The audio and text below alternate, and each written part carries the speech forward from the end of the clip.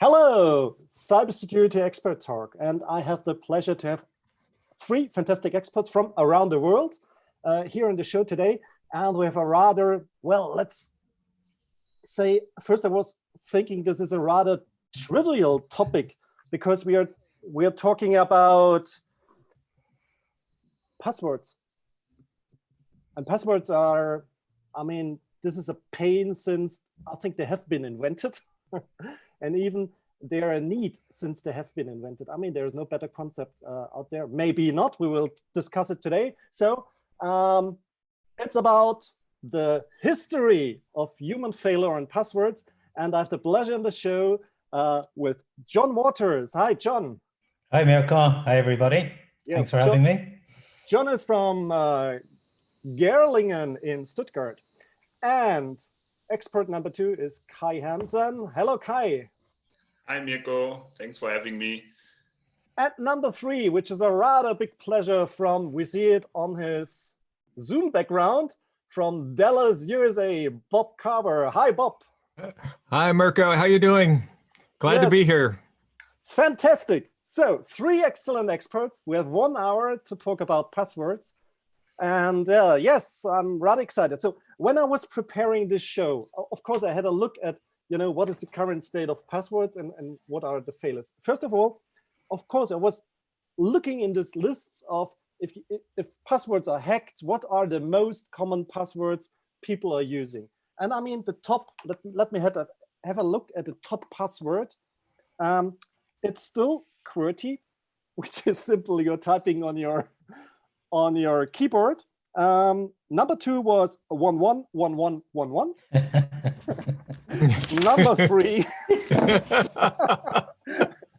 number three, 1 2 3 4 5 6 7 8. Number five, ABC 1 2 3. And then I think number six is just going to 1 2 3 4 5 6 7 8 9. It's one more secure. So, gentlemen, Yeah. what do you think? What's the current state on security of, how users are using passwords? John. Well, my password is 10 stars right beside each other. Yeah, so it might as well be. So what's the current state? I think a big cognitive load associated with passwords, more and more applications. People are under the impression that they need to change their passwords on a regular basis, which is wrong, which can create a lot of the problems actually, creates the cognitive load, which leads people to make passwords that are easy to remember, but actually easy to guess. So some kind of an assumption from the past that password hacking was synonymous with brute force attacking. But I guess the hackers are a little bit like the electrical current. They find the way with the least resistance. And that's guesswork. So yeah, there's a lot of things that are changed in terms of how the regulation and how the assumptions around password hacking is actually done to actually address the root cause, which is cognitive load. Yeah. And I think one problem is that because of all these data breaches we see, come on, like if I'm a hacker and I want to know what kind of passwords you have used in the past, it's so easy because I will find some of your passwords for sure on some of the hacking tables. So I think like the big question is, I mean, everybody of us normally would have a pattern on however he's creating passwords and how he's using passwords. The simplest patterns, we don't talk about the simple patterns, but as a human, it's so hard to avoid patterns. So if I have all these data breaches, all the patterns of the past, even they are not my current password, what do you think, Bob? I mean, like artificial intelligence and whatever comes in as an attacker. I mean, how many, what are the chances for a hacker to get your password, your current password, based upon all the data available of your past passwords? Sure. Well, unfortunately, I think it's much better than flipping a coin, 50-50. I don't know about everybody here, but I occasionally go to Tori's website, the Australian guy, that has the hacked passwords, and just check to see if there's anything that's been hacked recently. Also, I monitor the news on a regular basis. Hotels have been real big. And of course, like many of us, we're registered with several different hotel chains or maybe airlines, that sort of thing. And it seems like on a regular basis, the last several years, they've been hacked. So immediately, as soon as I hear something, even if it's just a rumor that one of them have been hacked, I immediately go change my password to something totally different. Change February with March or something.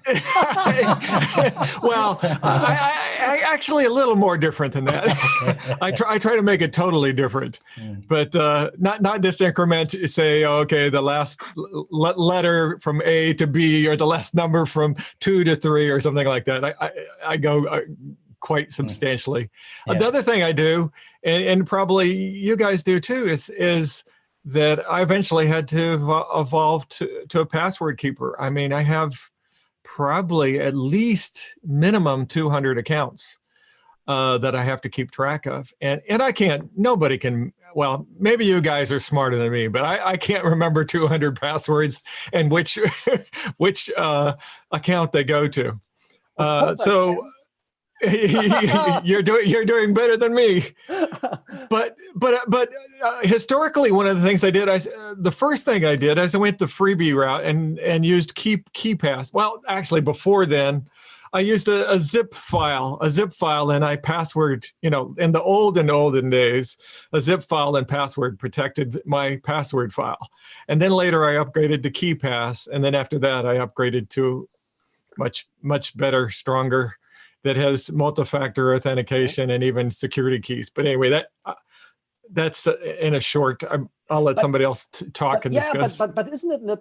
I mean, it's crazy if we need a manager for our passwords, because passwords have been made for humans. That's a human-machine interface, like to authenticate. Sure. Now we need to outsource this capability to a password manager, which means wow, that's incredible. That's pretty incredible. And then you have to pay them every year to maintain that. And even Kai, that's leading me to you. You have to trust them. Yes. Huh? Absolutely. I mean, anyways, that the whole, passwords are about authentication, right? In the end. So it is a kind of, that's a way that we want to ensure that trust is maintained. Now you have another tool you need to use. Obviously, that is a little bit, where's that leading to? But the real reason is that, one of them we mentioned, users are not made, or humans are not made for coming up with patternless passwords of the, and we probably have a tendency to go rather short, not long. So there's a lot of psychological reasons of why maybe password isn't the easiest thing to do. Now, over the past years, probably the awareness on good passwords has improved. So these stories of, okay, what are the worst passwords, and then you cited some of them. That's even in major media, we hear about it, right? So that's good. But at the same time, it's just scaling the number of accounts you need to have. Bob, you just mentioned you have 200 of them, and there's probably another 50, which, you set a password once and then you forgot about it. I don't know, IoT devices you have in your household, you need to set. Sure. There's, all the devices need to as long as you don't leave the default password. Right? Yeah. I do have that from time to time. You buy in an online shop and you have to set a password, and you go like, I don't want to do that. Why do I have to do that? I will never ever come back and buy this whatever you buy with you again. I don't want to have a password, but you have to do it. So I think that's the major challenge. Is it just doesn't really scale, with passwords. One thing what you talked to, some of the online retailers in the States are starting to allow more guest checkouts. Mm-hmm. And the vast majority of the time I try to do guest checkouts because I don't want them to memorize anything, that I have, my email address, my phone number, my credit card number. I don't want them to memorize that. I want them to have it one time, use it one time, you know, purchase my of trust, thing. Isn't it? It is. It's Absolutely. And but at the same time, what happens is that, you know, I mean, Amazon offers this, or Facebook or Google, you know, they also at the same time that this password that you're using becomes a little bit more kind of risky, right? So you want to have that one at least right, because yes, the power that these accounts then have is growing. I mean, it's incredible. It's incredible. Imagine somebody. I mean, there's these passwords and there's others, right? There's some accounts that are just more valuable. Think about your email account. You certainly don't want somebody to be able to crack that one, but an account with whatever, I don't know, service might not be, you know, that dangerous, but yeah, and we leave it to the users to be even wary about that, and some might not even imagine what would happen if I don't know, their email account is breached or some social media account, and somebody wreaks havoc with it. It's one reason why when I was reading this password top 10 list and we were all laughing about 111111, I think one assumption is not only that the people are stupid. There are some clever people out there who say, well, for that shitty online web service platform, I will not spend my high valuable password pattern style I'm spending for social media and email. That's right. Well, I wonder about there's probably a little bit of logic behind classifying your passwords to keep the volume of passwords down in order to do the ones that you do better. Maybe there's one password for a certain classification of account, and another password then for, say, banking or some more sensitive accounts. Maybe you've got 3 or 4 classification of accounts that you need to think about, and not to face the cognitive load again of every, you know, Mickey Mouse portal that you come across. Maybe just do one nice, good password, a passphrase there, fine, it shouldn't be cracked. But if it is, it's not the end of the world. And not do that to ourselves, kind of thing.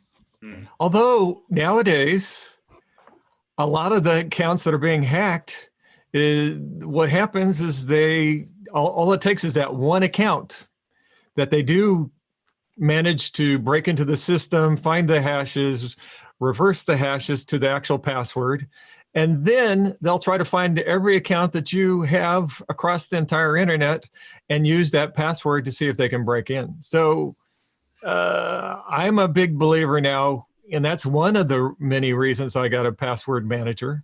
I won't say what name, but it's one of the popular ones, because it keeps track of all the passwords, and it checks, it does a cross check to make sure that you don't have the same password on any one account. So if one account gets broken into, somebody won't try to get into all of my accounts with the same password. Yeah. Which is for sure a good point. We have one question from the audience out there, and it's David Bruno, and he says, well, hello, Bob, nice to meet you. Nice to meet you. Twitter. And here's a question. You mentioned password keeper. So what are your thoughts on the newest password trend that being voice pass biometrics? Is this type of password control the future? Voice pass biometrics. I don't know if it is, you know, the future, but it is part of the future. You know, it could be of many things. I do know of some financial institutions that are starting to implement voice recognition, and that is just one of several factors that they use. So like if you are talking to them on the phone, they will do a voice pattern matching, you know, and the best they do, you know, through some sort of AI or machine learning, that sort of thing, to verify that it is indeed you and not somebody just trying to fake you. Fake you. Yeah, I mean, like biometrics is of course one answer the industry is giving to the problem of passwords, but as well, if I look at biometrics, I like passwords. Why? Because I can change a password, but I'm not able to change my biometric. So if my biometric is compromised, it's compromised. You are. Maybe John. Yeah. No, no, it's all along those lines. I mean, biometric is good to authenticate on a device, but not to have a centralized hash repository for authenticating centrally. Like I say, you can't change your fingerprint very quickly, or you can't change your voice. People can actually imitate that as well. You know, you can pick up somebody's device and take a copy of the fingerprint, record somebody's voice, etc. So I think for authenticating into a device with encryption on the device, biometric is quite good and secure, and from a usability standpoint, but not as a replacement for passwords, as an extension of a password. Yeah. And during this time, with people wearing face masks, that's also the thing with Face ID. You need to train it on the mask, and or you can pull it away, which again isn't very good from a health point of view, because you're kind of again with your fingers. But I mean that what it teaches us, like there's no method that doesn't come with there's pros and cons to all of this. Some methods are stronger in terms of security, but then these also most of the times tend to be a little bit more difficult to implement, right? A password and like credentials with passwords are just very easy to implement. I mean, that's standard procedure, right? That's very easy to program a web tool with the passwords these days. That's why it's done so often. Now, the more secure you go, or the more secure your authentication method, normally it also is a little bit more difficult to implement, right? I think that's part of the challenge. So both sides, it's us, the experts that are doing it, and it's the users that are prone for human failure, let's say. Huh? Yes, it's something like, yeah, Bob, yeah, you. Oh, I am concerned about using biometrics for a replacement for passwords. I only look at it as a single factor as part of the authentication process. Once your biometrics get hacked, and it doesn't matter what it is. I mean, it could be your voice, it could be your fingerprint, it could be your face. You know, I mean, they've already showed how you can, put your finger in a gummy and put it in up to a phone or whatever and authenticate. People have already done masks and be able to do the Face ID and authenticated. It can be done with anything. So I don't think it ever will be a full replacement. I mean, there is even talk of, trying to do DNA, which, is very unique, but the DNA database gets hacked and somebody uses it to figure out how to, You've got a completely different bag of worms then with regards to privacy and GDPR and those kind of regulations as well, Wow, I mean, I think DNA, it sounds horrible, to be honest. It's something like, because, I mean, if you go for identification, then then maybe your DNA is the last high value data you can provide for identification. I don't want to have a shitty online shop doing my authentication based on my, I agree. Wow, no, this can't be the Yeah. but regards bad facial recognition, Kai, I mean, like what I've learned is through the Corona crisis that this was leading immediately into, let's say, development cycle of the face recognition software providers to identify people even if they are wearing a mask. So, like, this is leading into technical innovation as well. But I still think, like, because I had students which have been twins, so they had a lot of fun when the new iPhone was popping up with face recognition, and they can just access both, the iPhones of each other because of they are twins. Sure. I mean, sure. Yeah. Let me throw something in here that blew me away. I had it was a Twitter conversation and talked about facial recognition and some people doing some face painting in Russia to avoid some of their cameras. And a woman from China chimed in and said, well, that won't work here. We have iris recognition up to 10 meters right now. all the latest cameras can do 10-meter iris recognition. So even if you have a face mask on, forget it. You need to have some mirrored glasses or very dark glasses to be able to avoid that. So that's where we're headed. Which is sort of scary. It's a little bit scary, but maybe it's leading in the DNA, in the DNA for everything or something like that. Yeah. What about using types of certification between identity providers and service providers, which means that passwords don't exist? They're just built, there's a kind of a handshake built on the fly between the identity provider and the service provider. You have your session and then it just, boom, goes away again. It never exists, the password never actually exists. It's about reducing the number of passwords, right? So getting it down to an absolute minimum. And I think those platforms that enable this kind of, that become a trusted identity provider for the different service providers. I mean, there's standards out there like OIDC, etc., OAuth, etc., that enable this kind of stuff. I certainly think that that's a way of dealing with the volume, which is resulting in the problem in the first place, and reduce the actual existence of the credentials. Even a password manager, it's great, but the credentials exist, right? And it'd be better even if they didn't exist. Right?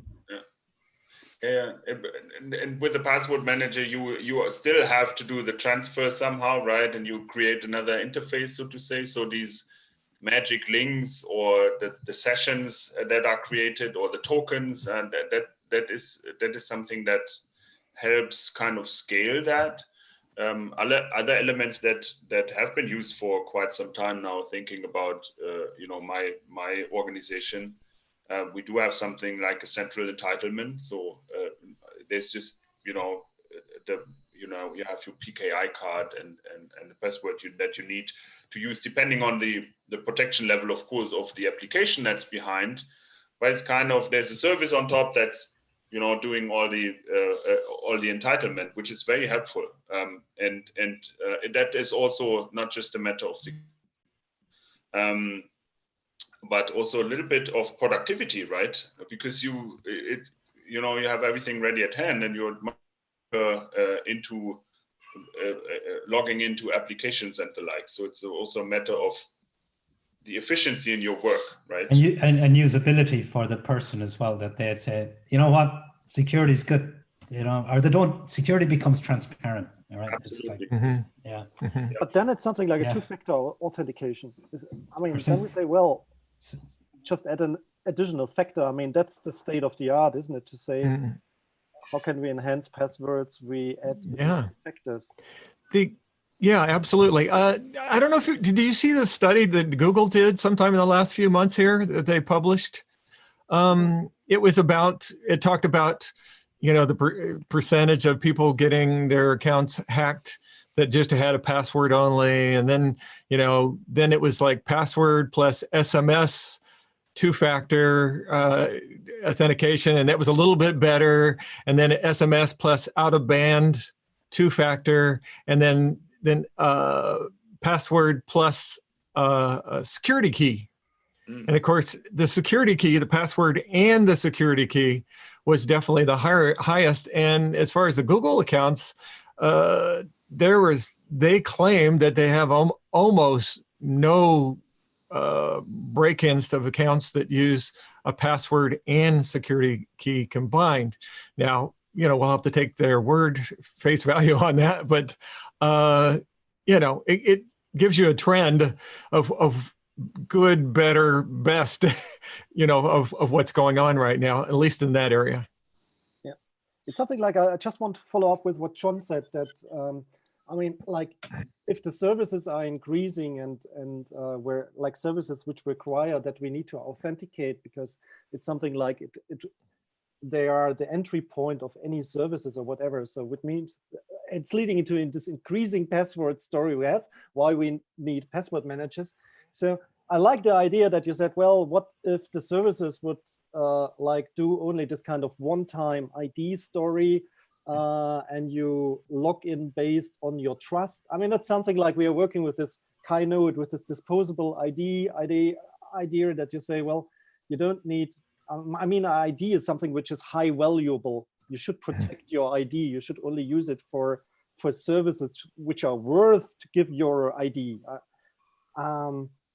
But for that, I think that this sounds like a little bit like more automation, something like, if one system has approved me as a high trusted real ID and can hand over this state to another system, so it means something to me. It's getting more and more interconnected, like handing over the tokens, the access tokens from service to service. Oh, is this the future? It's a kind of a single sign-on federation between one application and another. So, so you see that with Google and Facebook, etc., that you can enroll into I don't know, Amazon or something like that using your Facebook credentials. And that means, you know, from that moment in time, anytime you want to log in, you don't have a username and password, Facebook logs you in. Then you have to make sure that your authentication to Facebook is pretty strong, in that, you know, you're using a good password, you're using second factor of authentication. I also like, back to Bob's point about, you know, this different, you know, do I use a username, password, and a second factor of authentication, an SMS or something, or a key. What I've seen is, let's talk about Zoom, for example. We're using it at the moment, and there was a little bit of talk recently about apparently Zoom got breached. I don't really like this movement, but it got breached apparently. But what happened was a credential stuffing attack with botnets confirmed that, I don't know, username, 50,000 usernames and password combinations would work, and put them out for sale on the dark web. Zoom didn't get breached itself. It just kind of said that the usernames and passwords would work. And then you use the username and password, and then you try to intercept any kind of second factor if there is one. That's the way a hacker would use that information. What's nice is an idea to be able to exchange the sequence of the one-time password and then the password. So it's almost like you need to have that little bit of telepathy. It's telepathy to understand there is going to be an authentication to intercept that one-time password and then breach the password, which that kind of really is a clever way of addressing that kind of credential stuffing attack. In conjunction with what Bob had said about username, password, and keys, that's also another really clever way of addressing that particular problem. Something like, I really try to get it. It's well, I really want to get rid of passwords, to be honest. I think it's not, I mean, I want to get rid of it on the one side. It's like you hate it and you love it, and on the other side, I think there's currently no good better option out there. Like biometrics, no, it's not a choice, because I don't want to change my face if someone has compromised it. I love my face. We love your face too, Mirko.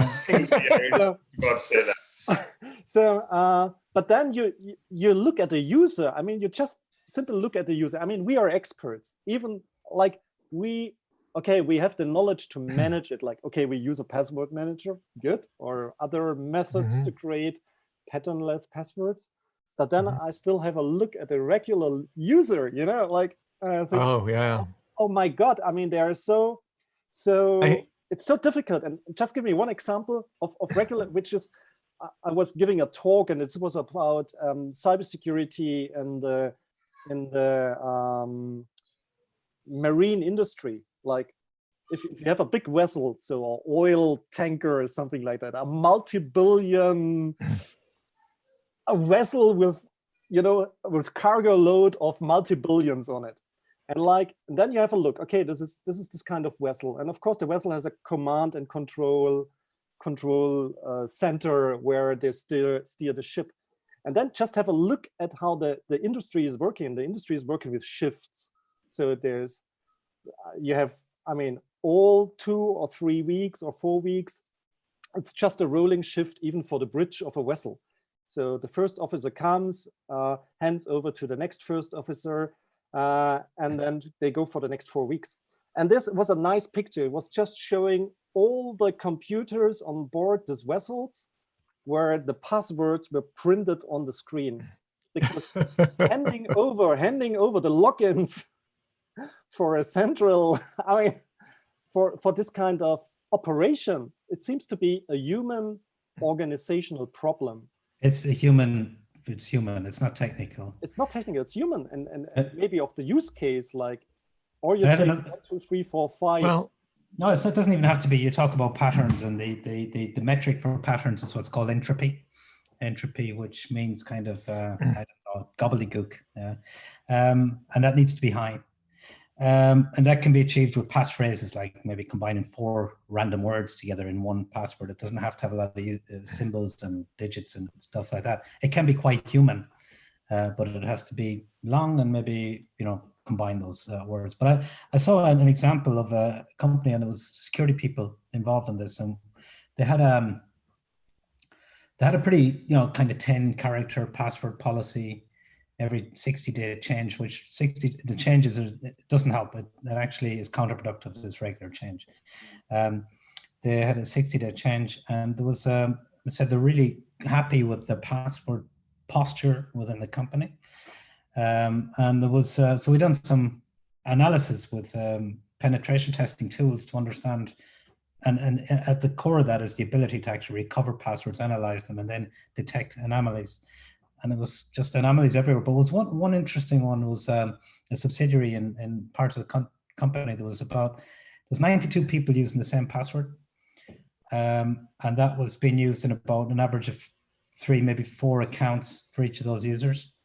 And then when you dug deep into that anomaly, the business unit manager was fed up with people forgetting their passwords, and this counterproductivity of that every 60 days he would send them per email their new password.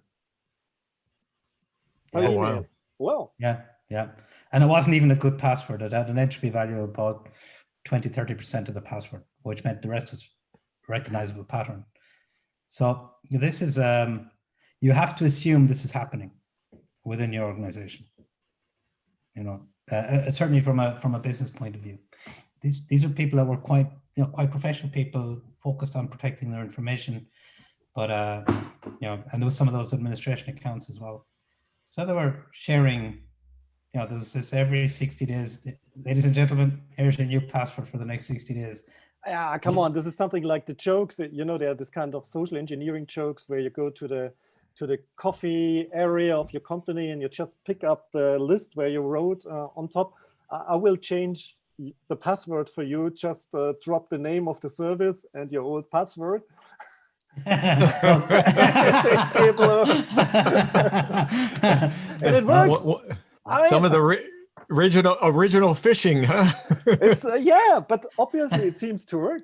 I mean, that's the level we are talking about. And even like Kai, I mean, I know it from your organization that you're doing a lot of work like on training the people on cyber awareness and cybersecurity.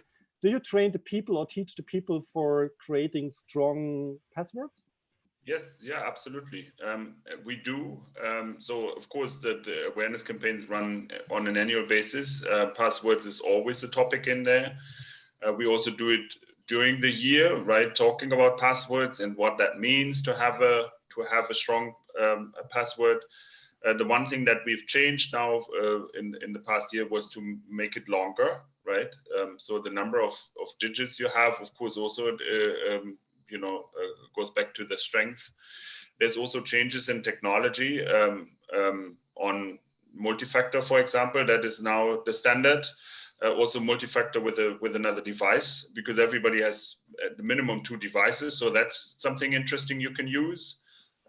Again, I think, that probably is something that pays into the security and into the usability, which is good. And there's not too many technologies that can do both at the same time. So that's something we do.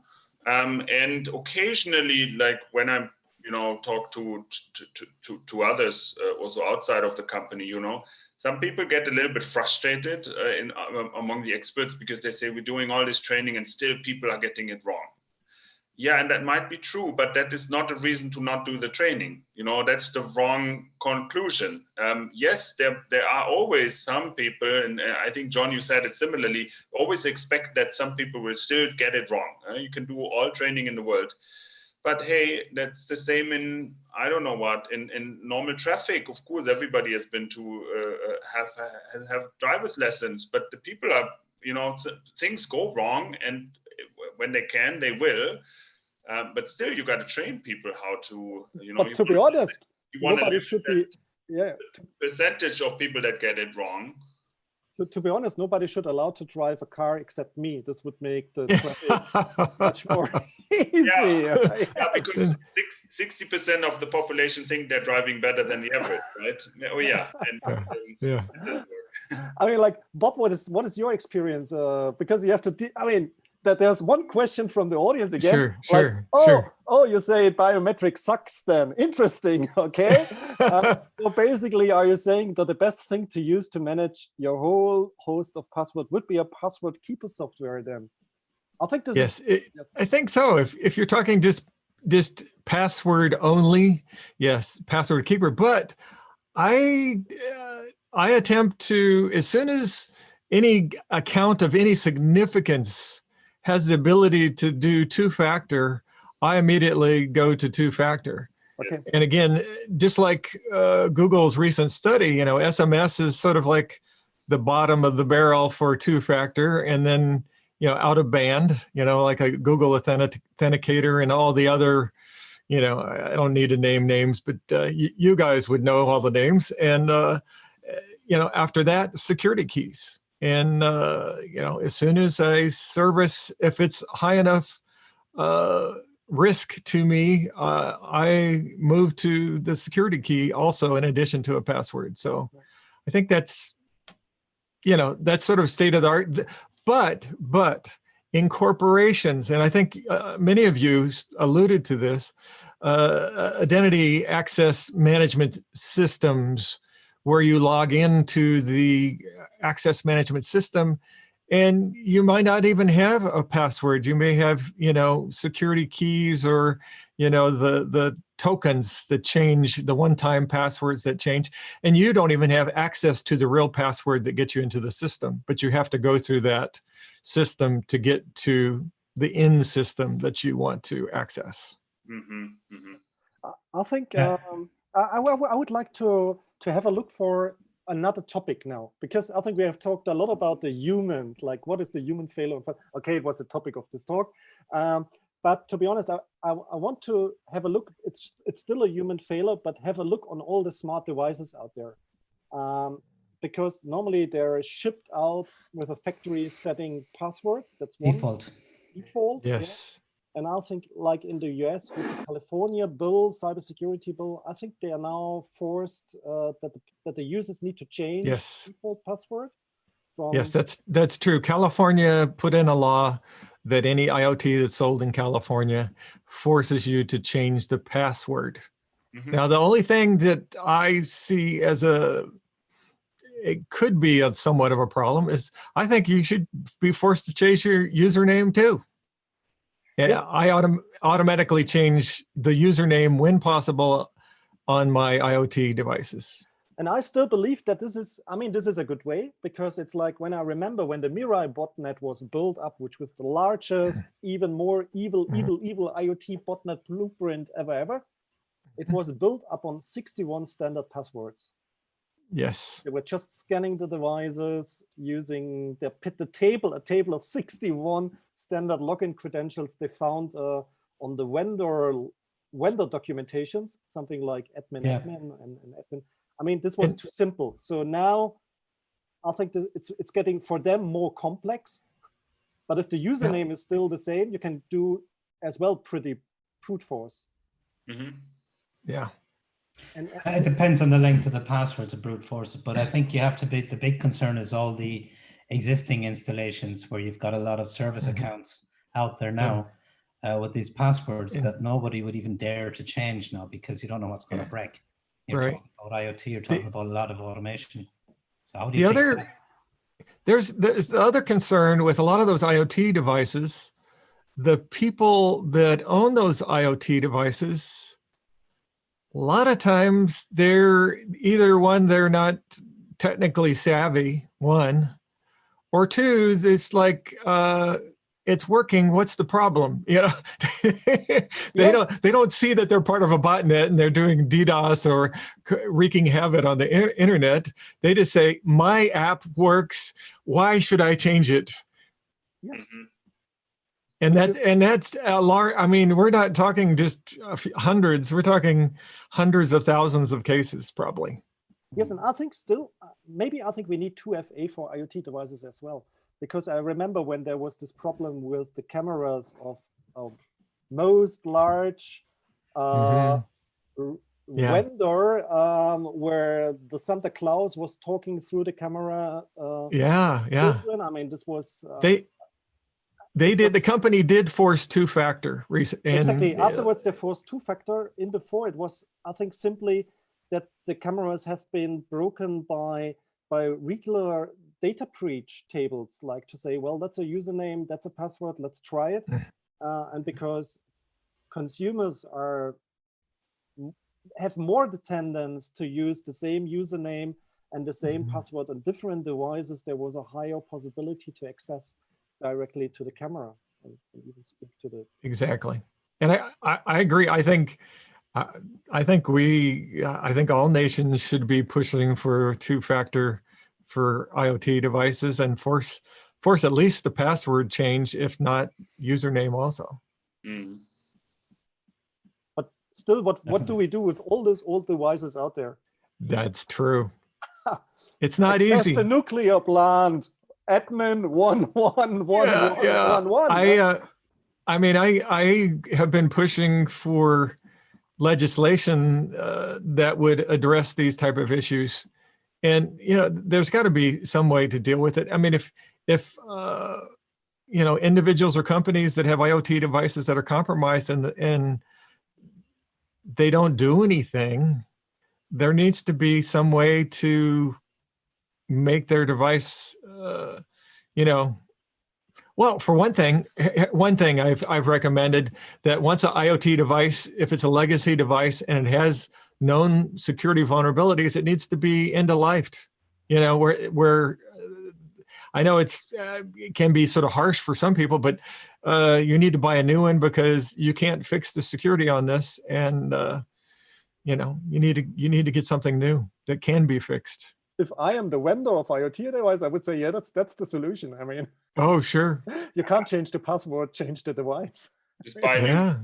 But even on the new IoT devices, or speaking of any smart device, that currently is not necessarily the standard, right? That you have to change your credentials after first login or after installation or so. So for example, in our chart of trust with the other companies, we're thinking about what does it mean to have security by default or secure by default devices. And one topic is exactly that you need to change your credentials upon installation, right? At the same time, you need to find a way that you can do the installation, and we're probably from a Siemens point of view more talking professional, you know, B2B customers and large installations. You at the same time want to also have the usability that the production plan can be automated. And here we're not talking that the user, I mean, it gets more complicated depending on the use case. So the user, the end user, the operator might not be the one who is commissioning the devices in the first place, right? So there's a vendor, there's a commissioning company or an engineering office or you name it, and then there's an operator, and that's the simple environment. So it very much depends also on the type of environment you are in, which solutions you can use. But really going back to the password thing, we believe that secure by default needs to be, and there I'm with you, Bob, needs to be change of credentials after installation. Yeah, that's the way to go. I think you need to look on devices, IoT devices, as identities, almost like human beings. And bring them into your identity and access management process, so they get provisioned, because they've got access, right? They've got access to data. They can write data, they can collect data, they can submit data, whatever it takes. So they need to be provisioned into those processes, very same as a human being, as a human user, with identity attributes determining what kind of access these things get, maybe even watching their authentication and risk scoring each authentication. See if there's anything that deviates a little bit from the norm. And to raise that flag and say, let's take a closer look at this and say, this device is behaving a little bit strangely, just authenticating. Maybe we need to deprovision it, reprovision it, do whatever it takes to and that's possible nowadays, right? That's not but I think that's the mindset. These devices are identities. Treat them like humans and give them as many attributes as possible to make them identifiable. Yeah. I think yes, right. Maybe just like yes, I think right. But it all what you do is, John, you're adding more complexity to the current problem, because if I assume that we have maybe 5 or 6 billion people who are using passwords, okay, we add 40 or 60 or 80 more billion devices, IoT devices, which needs passwords. Wow, I mean, how can we handle that? We're already failing now. I mean, yeah. One of the issues is, especially on consumer devices, is one is time to market. So security is sort of an afterthought. Also, it's considered an extra expense for many companies. But the other thing is to have hardware that would be able to handle the additional sophistication of more, to be able to, even as simple as, forcing a change of password, where the hardware on a lot of legacy devices is so basic that it can only handle, so much code. Otherwise, after that, it fails. So yeah. Anyway, if you know I think you understand what I'm talking about. Yes, I think, like, of course, you have the problem that the processing power is so limited. I mean, you will not add additional sophisticated services on it, maybe because it's too limited what's going on. Another thing what I was thinking about is, like, if everybody is talking, like, if you talk with some people of the quantum computing space, I mean, let's sort it out. There are some people who are real experts who will tell you now about this, like, what's about going on with cryptography now and in future. Of course, I think, like, even for the passwords and for the tokens, how we deal it, somehow it smells that there will be a change. Nobody knows. I think nobody really knows when the change will come, but we need to rethink the way how we design this authentication stuff. Maybe the system is going outdated soon. Here's a good question. Oh, I'm sorry. A good question is, how many major corporations in the world have a plan to start planning for quantum encryption? That's a good question. I can ask for Kai. Where's your quantum computer, Kai? Well, I think the question was more on the encryption, right? So yes, we're fortunate enough to be, let's say, a rather big company that has been thinking about cybersecurity for quite some time. We always say it's more than 30 years, which is interesting because the internet isn't really that old. It depends on where you look. But we do have, we do some background research, basic research on, for example, post-quantum, or I think now we changed and said that quantum-ready encryption. So yes, we're doing that.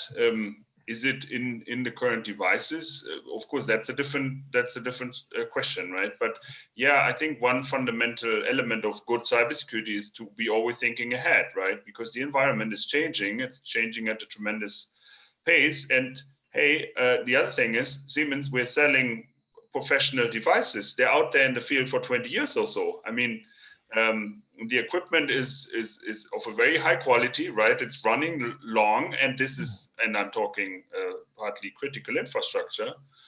So it's not the average, device that can just run a botnet or do some crypto mining. No, I'm talking, if you can get a hold of some of these devices, there is a certain risk tied to it. So of course you got to be careful on how you deal with it. Think about these topics up front and also backwards, right? So we also think a lot about what to do with all the legacy devices. How do you do lifecycle security on devices that were never meant to be connected to the internet, but these days they are. So these are some of the questions. Of course, they go far beyond the password thing, right? But that is always one element.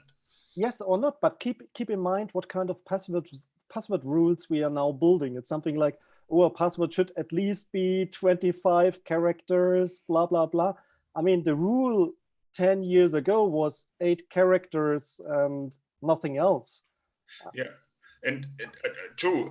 So that these rules have changed. Now, John also mentioned in the past, we said they need to change frequently. Now that is also, that's something where you could say, okay, we learned, and if you want to frame it positively.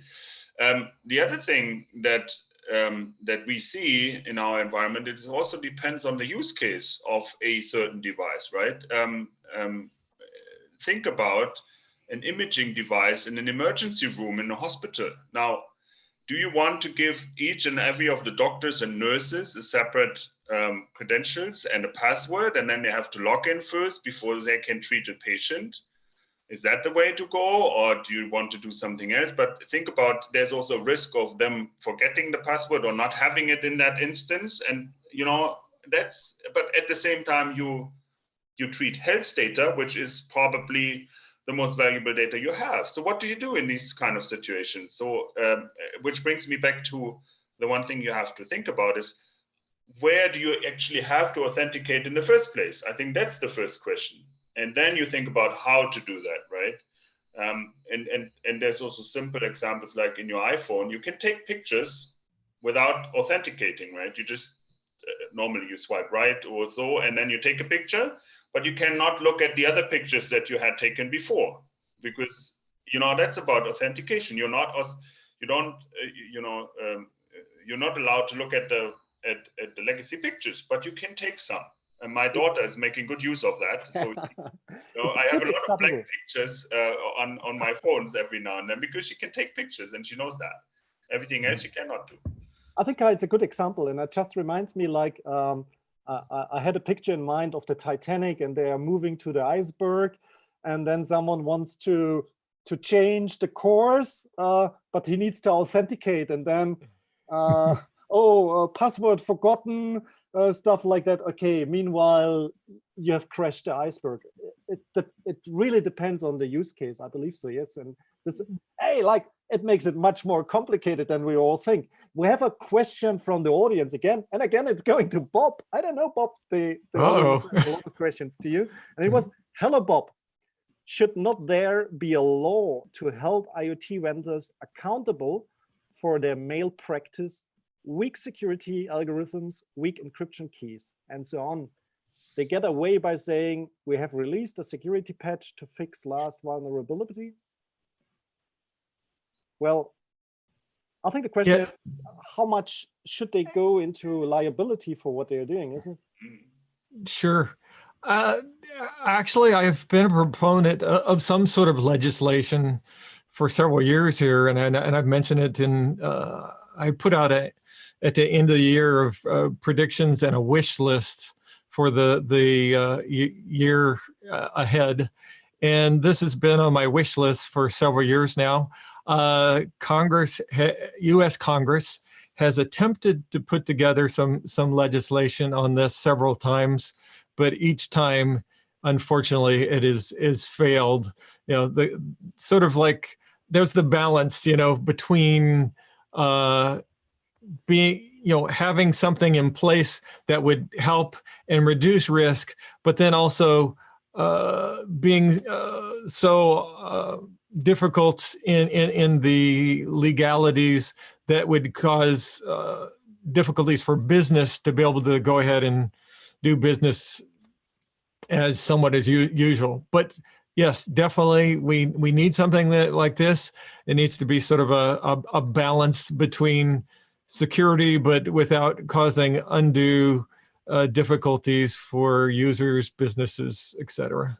I think we have the same discussion in Europe. It's the European Union is also rather aware of it. Like, as far as I know, like from the institutions, So of course, everybody is looking at the life cycle of the devices. And then I think the question is a little bit a trade-off of the life cycle, like how much you can force a vendor to support a device, because as we know, like it's a difference between consumer device and industrial devices in terms of the value of the devices. So if you have a cheap toothbrush, which could be a brilliant botnet DDoS weapon, yes, but normally the life cycle is 2 years. I mean, can you force the vendor to support it?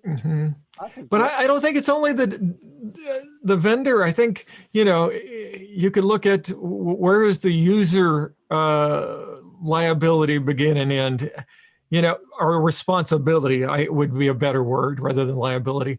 But then you talk about the vendor, but then you can talk about how it's connected to the internet. And, you know, do we go as far as if somebody's doing, because their device is compromised, and say if they were notified and they just keep on blowing off the notifications, does somebody have the capability of cutting them off of the internet because they're wreaking havoc on the internet? I mean, it's a lot of questions to ask and answer. Guys, we are almost at the end of the show. It was a rather cool conversation, and I would just give everybody of you the opportunity for, let's say, the last words about what do you think? What is your prediction on passwords? What will change the next, let's say, 2 years? We're experts. We can say for the next 2 years, yeah. And I will start with John. What is your prediction? I think everybody should work towards reducing, where possible, the number of passwords they have by using different authentication standards, which is building on the fly the handshake between the identity provider and the service provider, so that, you know, what doesn't exist can't be stolen. Okay. And that's security and usability all in one there. So you believe on the collaboration of authentication services? Yeah, I mean, it's kind of that single sign-on standards that are being used today, OIDC, SAML, those kind of things. I think that should be embraced more, because then the credentials never actually have to exist until they're needed. Yeah, cool. Yeah. Hi. Well, I think there's more, let's say, alternative means of authentication that we will see. We're already seeing that, and there's major players helping to shape that. I think Google was mentioned, Microsoft is doing it, Apple, you know. So we see that shift, but be sure in 2 years' time there'll still be passwords, and probably we can have the same show in 2 years and talk about the same challenges. So, okay, Kai, we will talk again in 2 years. Yeah, that was my experience. I was trying to be re-invited to this show. Very good. Bob, what do you think? Yes. Well, the first passwords, I think, were used at MIT back in 1960. Wow. So I don't think they're going away, unfortunately, anytime in the near future. I think this whole thing is a moving target. I think we'll continue to see better and better implementations of identity and authentication going forward. One of I think the FIDO or FIDO2 or FIDO, as some say, may be something to look forward to. But, you know, more things like security keys, one-time passwords, that sort of thing. I think we'll see more of that. Beware of biometrics, because like many of you have already said, you know, once your face or fingerprints gotten hacked, then, you know, it's all over for authentication and somebody stealing your identity. Yeah, cool. Gentlemen, it was a pleasure to talk with you, and I hope the audience had get, of course, some value input out of our talk. And if you like the show, press on here on YouTube, subscribe to the show, to the channel, so that you get informed for the next Cybersecurity Expert Talk, which will be in 2 weeks. And a big thank you to you, John, Kai, Bob, for taking the time being here in the show. Thank you very much. Thanks very much, everybody. Bye. Thank you. Have a good one. Bye-bye.